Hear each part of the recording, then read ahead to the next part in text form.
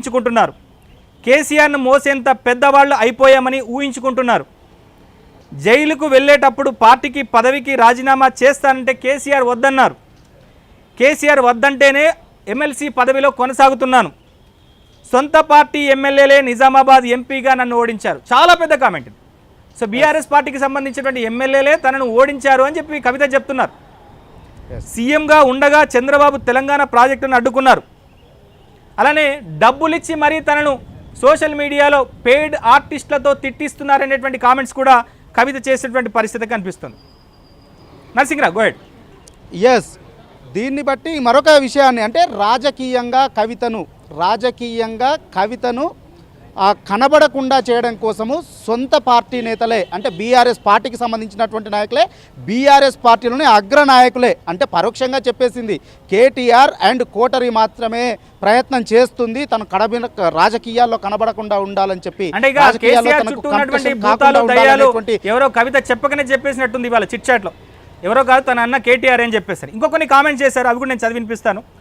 కేటీఆర్కు నోటీసులు ఇస్తే పార్టీ ఎందుకు కార్యాచరణ తీసుకోలేదు, కానీ నన్ను మాత్రం జైల్లో ఉంచితే లిక్కర్ స్కామ్లో నా మీద అనేక కుట్రలు చేస్తున్నారు, వెలగొట్టేందుకు అనేక కుట్రలు చేశారు, అనేక కామెంట్ చేశారు, నిందలకు గురి చేశారని చెప్తున్నటువంటి కవిత తన అన్న ఏదైతే ఫార్ములా ఈ రేసులో ఏసీబీ నోటీసులు అందుకున్నటువంటి తన అన్నకు నోటీసులు ఇస్తే ఎందుకు కార్యాచరణ తీసుకోలేదు, పెద్ద నేతలుగా ఊహించుకునే వారు ఎందుకు స్పందించట్లేదు, కాంగ్రెస్ పార్టీలో చేరడానికి ప్రయత్నం చేశానని అబద్ధం అని చెప్పేసి అన్నారు.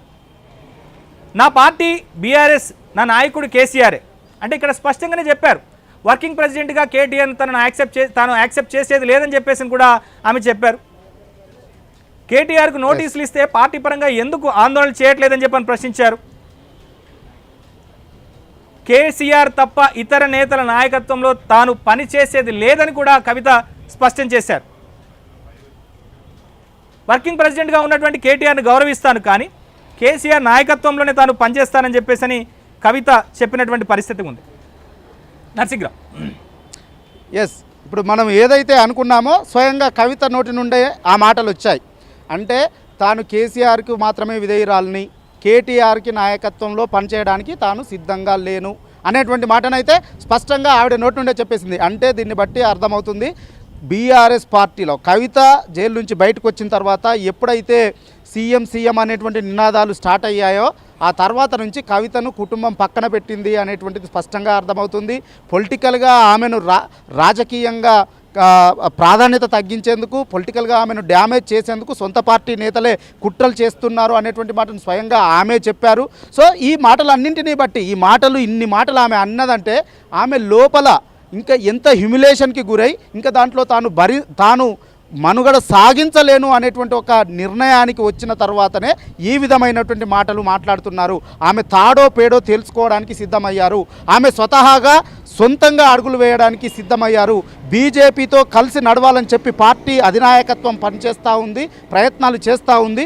దాన్ని తాను విభేదిస్తున్నాను అనేటువంటి మాటను స్పష్టంగా కవిత చెప్పినటువంటి మాటల్లోనే అర్థమవుతూ ఉంది.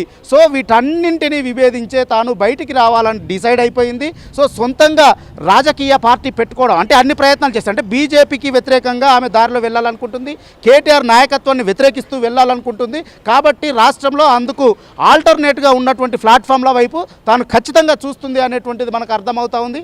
అందులో భాగంగానే ఇక్కడ ఇవన్నీ పార్టీలో మాట్లాడే లాభం, అందుకే తన ఫోరంలో మాట్లాడుతున్నాను అని చెప్పేసింది. అంటే ఈ మాటను చూస్తే ఇక ఆల్మోస్ట్ ఆమె మానసికంగా బీఆర్ఎస్ నుంచి బయటికి వచ్చేసినట్టుగానే కనిపిస్తుంది, సిద్ధమైనట్టుగానే కనిపిస్తుంది.